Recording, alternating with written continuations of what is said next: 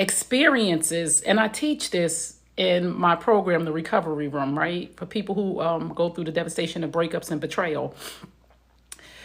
Experiences are meant to teach you. They're to grow you and not to mold you. So many people get molded by an experience that it robs them of their present and their future. And I want us to be freed this morning from that cage, from that prison, because we put ourselves in a prison when we try to punish other people for what they have done to us. I don't have no beef with nobody, right? Because I've let go of all of the past moments that had me stuck. And I only can do that for me. I only can do that for me. And I can allow the person space in my life once they decide that they want to have a civil conversation or they want to have a respectful relationship. So most people get stuck in a stage of grief. I teach this. This is like my favorite thing to teach. Like, a breakup is the death of a relationship. Any breakup. And we're not just talking about breakups with boyfriend and girlfriend or husband and wife. We're talking about breakups from friendships, breakups with our children. A breakup is a death of a relationship. And we go through the stages of grief as if somebody has passed on. And we don't realize that we are stuck in a stage of grief. We are stuck in a moment. What is that moment for you? If anybody on here is stuck in a moment and you're not speaking to somebody or there's a crack in the relationship, you can repair it if you figure out what stage of grief you're stuck in, right? So we know the stages of grief are denial, bargaining, anger, and depression, right? And we're trying to get to acceptance. And sometimes we have to accept the fact, we always have to accept the fact that it's over. It is the decision on where we're going now that we know that part of the relationship or that situation is over. Like when I teach my clients who are going through a breakup or my clients who have gone through infidelity, right? So they have two choices, right? The choice is theirs. Like they have the choice to stay and work on a relationship, right? Or they have the choice to leave. But both times, listen, both times they have to accept the fact that it's over. So if a woman decides or a man decides to stay with a woman or a man who cheated on them and they say, I'm going to stay, I'm going to work this out, they have to accept the fact that the affair is over. And many people can't because they get stuck in a stage of grief. They're angry, so they can't give their partner a clean slate. And when we get to a certain point in a session or when two people are together, we come to a point where we say, how long do we want to talk about this? Because every person has the right to get the answers that they need. Every person has the right, if they decide to stay in a relationship, like, we need to talk about this. But you can't talk about it forever. The offended person, the person that got cheated on, if you decide to stay with a person who went outside of the relationship and cheated on you, and you decide with a therapist or a coach that we are going to work through this, I'm not going nowhere, you're not going nowhere. You have to accept the fact that the affair is over at some point. And if you have to give that person a clean slate to move forward, or it's never going to work. Or if you decide to walk away, you have to accept the fact that the relationship is over. Acceptance is the key to being free from the bondage of the past. I don't know who need to hear this today, and I don't know why God told me to teach this. But some of y'all are stuck in a moment, and it's robbing you of your present and keeping you from your bright future, and you deserve better. Today we're talking about being stuck in a moment, and I want each and every person on here to understand that you don't have to be stuck in a moment. Life is good, and everything is a lesson for us. Experiences are to grow us, not to mold us. We are here to have life experiences so that we can be the light at the end of the tunnel for somebody else. I've been in a situation where I was stuck in a moment and it did me no good. I've been in a situation, I've been through a lot of things in my life that would justify my poor behavior, that would justify that I'm right and I get to behave this way because this person did this to me. But I choose differently. I choose to say that that was to teach me, to grow me so that I could teach someone else. My coach taught me many years ago, when you learn, you teach, and when you get, you give. So many of us are stuck in, I want to be right. So many of us are stuck in pride. So many of us are stuck in ego because we're stuck in a moment. Somebody did something to us. So I want you to think about what that thing is for you. And if it's nothing, that's great. I'm not stuck anymore. And I was stuck for many, many years in anger. So think about this. You've been through something in your life and you are going through the stages of grief. Even if you lost a job, loss causes grief. Say you lost a job. Are you stuck in denial? Are you stuck in anger? Are you stuck in depression? Are you stuck in bargaining with God? Because we bargain. What stage of grief are you stuck in that's keeping you from your greatest desire? Because God gives us the desires of our heart when we move forward. He can't give it to us if we stuck. What is it that happened to you that's keeping you from your happy, that you're allowing to keep you from your happy? Zuki, I see you. Is that how you pronounce it? Depression?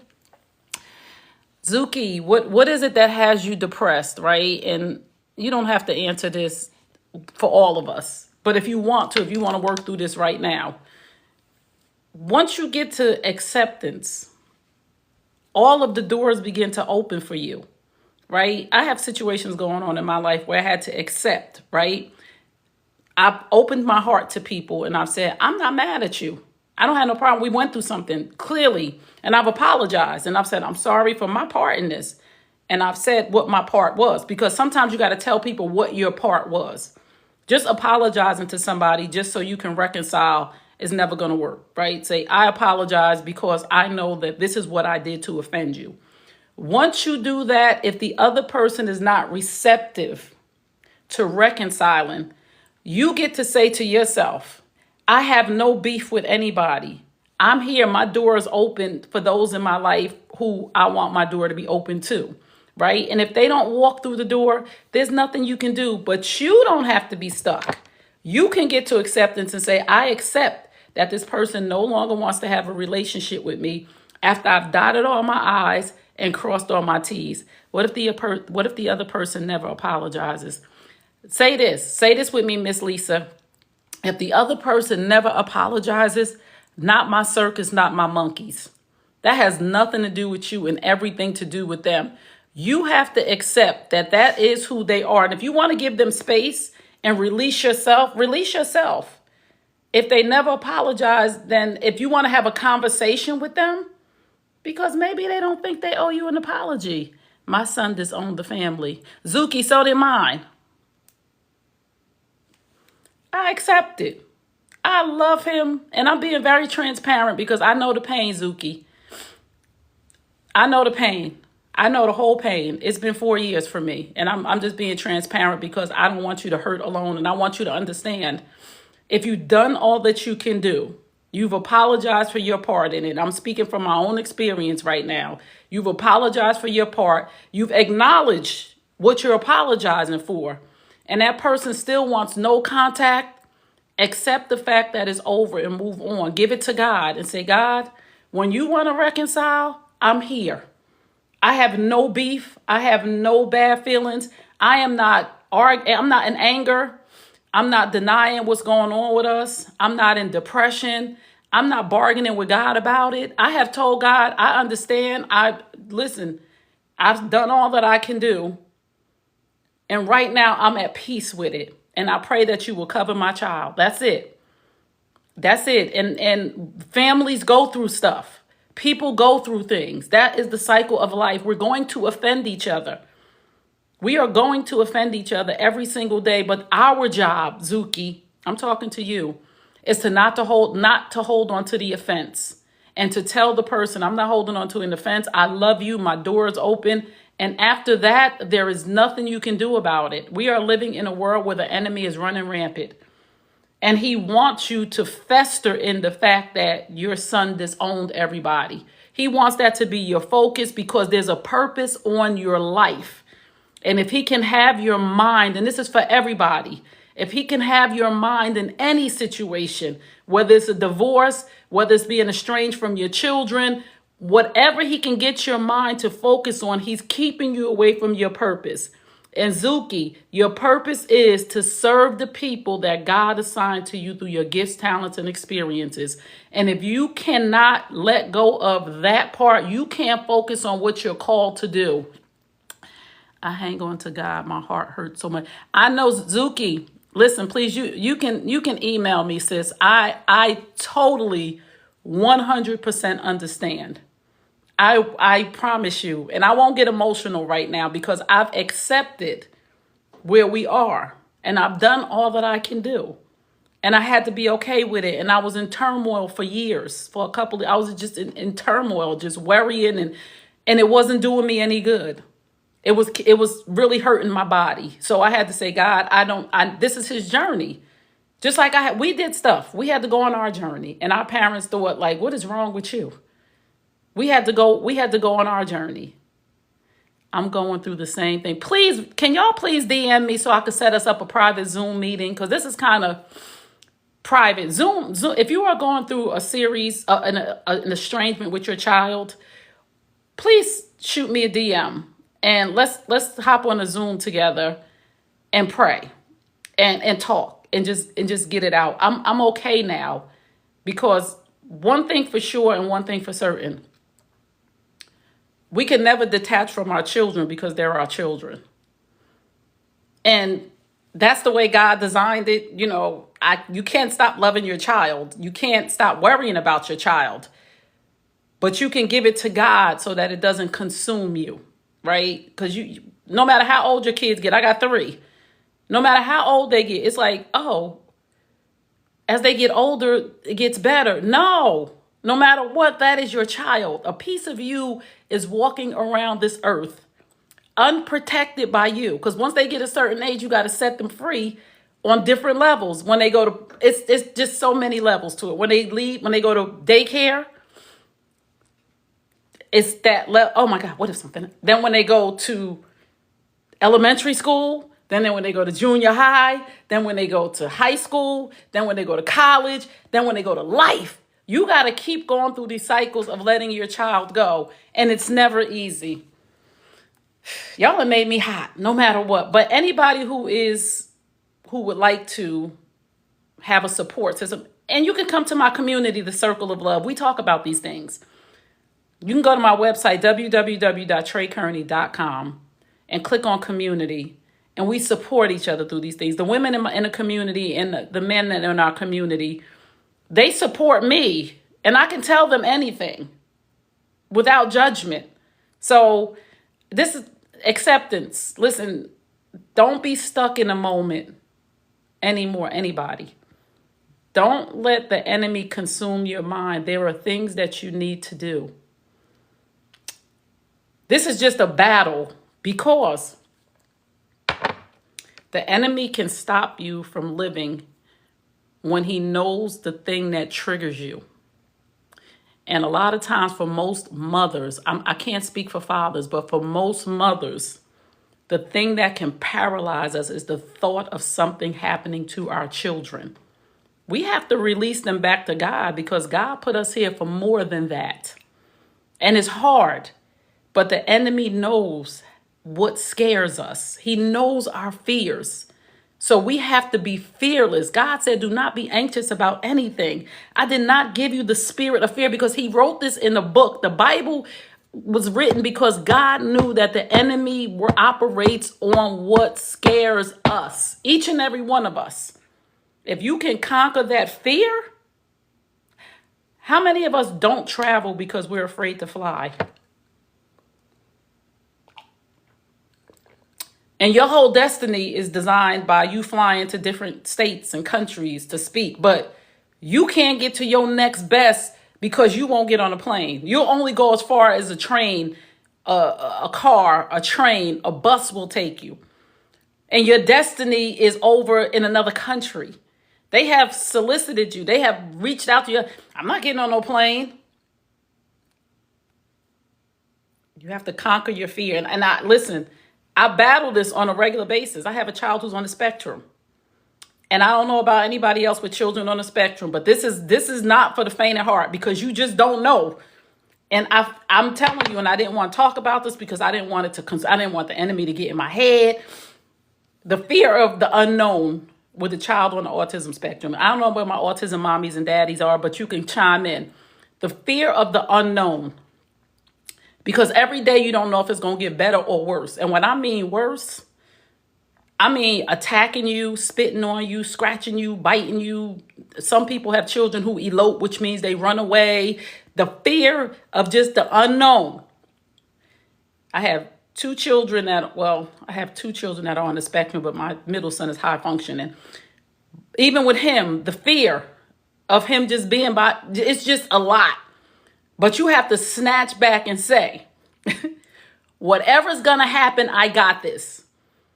Whatever's going to happen. There's not really nothing I can do about the whatever's going to happen, except say, if whatever happened, I'm prepared, whatever. It don't even matter what it is.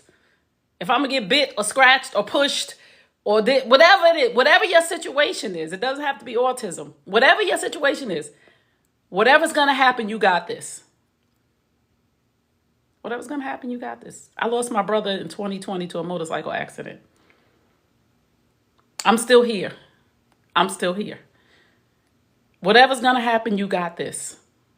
And we fear speaking greatness over our lives because we think we're going to jinx ourselves or we're going to mess it up. No, you're not. Whatever's going to happen, you got this. Do not operate in fear. Whether you speak on it or don't. Life is going to life on you. Life's going to happen.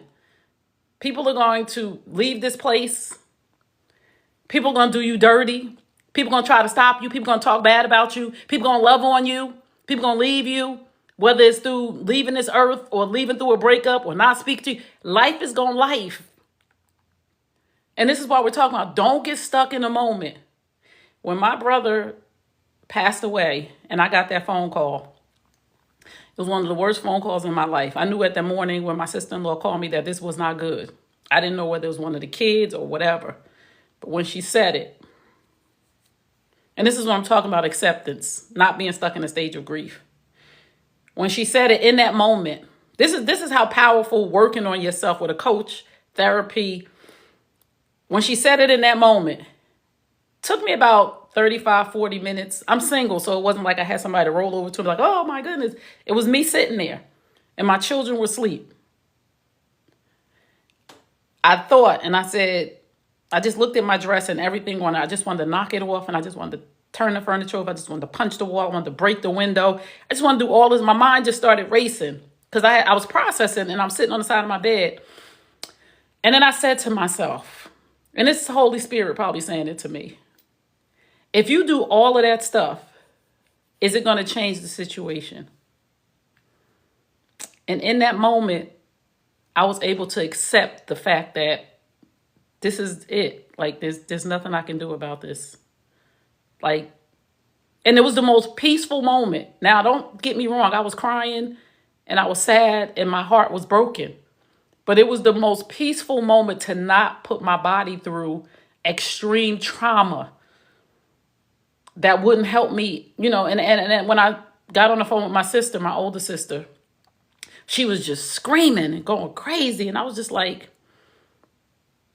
this is not going to do anything for her except give her a migraine, maybe send her to the hospital, maybe dehydrate. This is my thought process of listening to, and I understood, because we all process grief differently. And this is our brother. Like, we've never been without our brother. And my brother was a year older than me. I'll be 55. He would have been 56.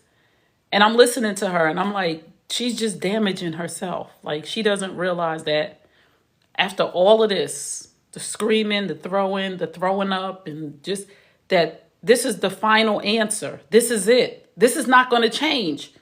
Now, there's some things that we can change, but there's some things that we can't. So we can't get stuck in a moment. So I woke up the next morning and I cried all day and I went through, but I did not damage myself or try to bargain with God. And I wasn't angry with God. And I wasn't in denial. Like, I wasn't like, I don't believe this is happening. I just really, in that moment, accepted the fact that my brother was gone. And it gave me this level of peace and connection with God, the peace that passes all understanding. And I just want us to be able to get to a place of acceptance. How many of y'all mad at your baby daddy? Your kids, this is what being stuck in a moment is. Your kids are having kids. Your kids are, my oldest going to be 30. Our kids are 30, 35, some 40, right? And you still mad at your child's father or mother that you broke up with when your kid was 3. You're stuck in the moment. You're missing out on so much. You can't even be in the same room with them because you're angry, and you've been angry for 35 years. This person has control over your life for 35. Please. Your kid, you done seen him at the wedding, and you got an attitude, and you looking at his new wife or her new husband, and you mad, and because what? Because it didn't work out 35 years ago? Stuck in a moment. What stage of grief are you stuck in? Some women, you're depressed because that man left you 5 years ago. Some men, you're depressed because that woman left you 10 years ago. Or you're angry. Please. Accept the fact that it's over so that you can live your best life. Too many people I know. I'm not mad at my children's father. Hey, it didn't work. It wasn't meant to be. Took me some time.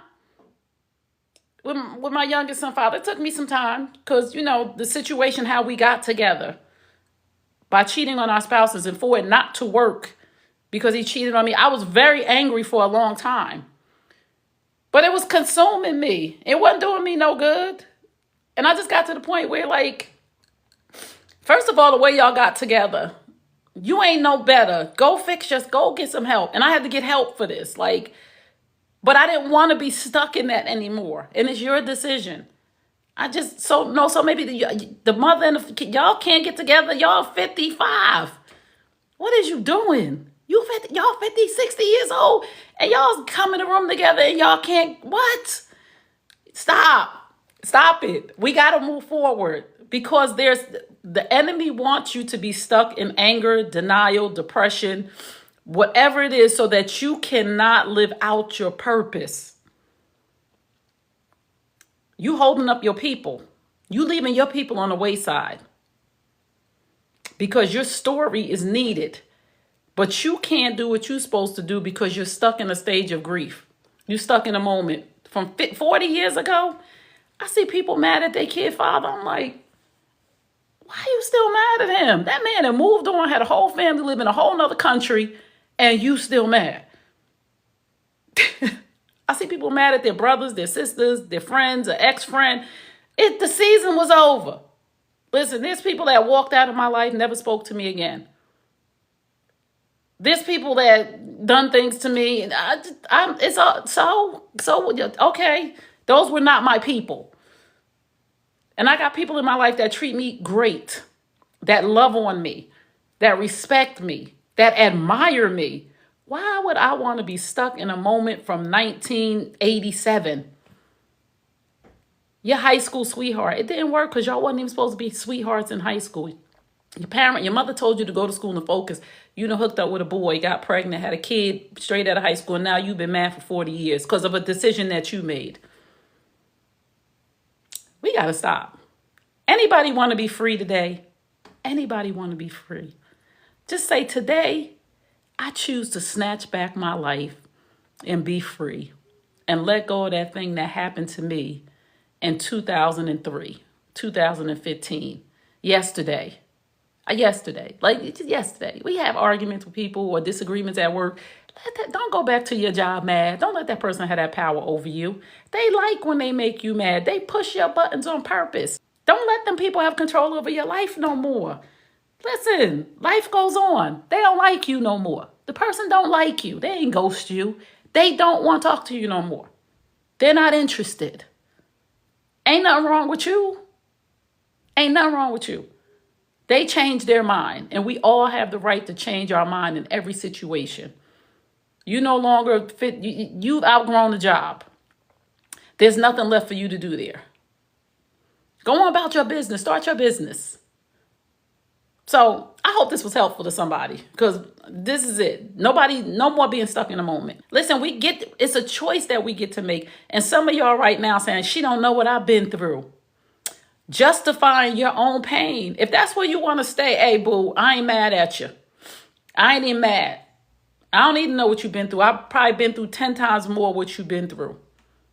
Trust me, the things that I've been through, I could just sit here and be mad at the whole world. I could be mad at my mama, my daddy, my stepfather, my brothers, my sisters, friends who betrayed me, abandoned me, left me. I could be mad at God for the way I'm going through this journey of autism. And I could just be mad. For what? For what? My life is good. I woke up with a roof over my head, with some food in the refrigerator. I woke up with a car in I woke up, I could breathe on my own. I woke up and I could see, hear, touch, taste, and smell. What am I mad at? What am I mad at? I woke up and y'all on here to listen, to be inspired, encouraged, and motivated. I love doing this. What am I mad at? Why am I mad? Why am I letting somebody have that kind of power over my life who ain't even with me no more, who has decided not to speak to me anymore? Why am I even giving them that power? Why am I even thinking about them? I love you. I release you. And I'll see you when I see you. I'm here for whoever. I'm here for whoever acting sensible. I'm here for whoever is respectful. I'm here for it. But what I'm not going to do is give my life over to somebody who has decided for themselves that it's best not to be around me, who have decided for themselves that they want to move on. Let them folks go. Let them folks go. Anytime something is taken away from you, or anytime you have to let something go unwillingly, is because there's something better out there for you, and you're not thinking big enough. You think that's all you deserve is a man that would cheat on you? You think that's all you deserve is a woman that emasculates you and talk crazy to you? You think that's all you deserve? You the problem. Nobody else but you. You the problem. You think that you deserve to be stuck in a moment because your ex decided that they didn't want to do this anymore, or they like somebody else? You think that's it for you? Then you need to think bigger. You need to go get some help. You need to get in a community of people who think differently. Because if you've been stuck in a moment for the last 10 years, 20 years, 30 years, the people around you, they are not your circle. They're your cage.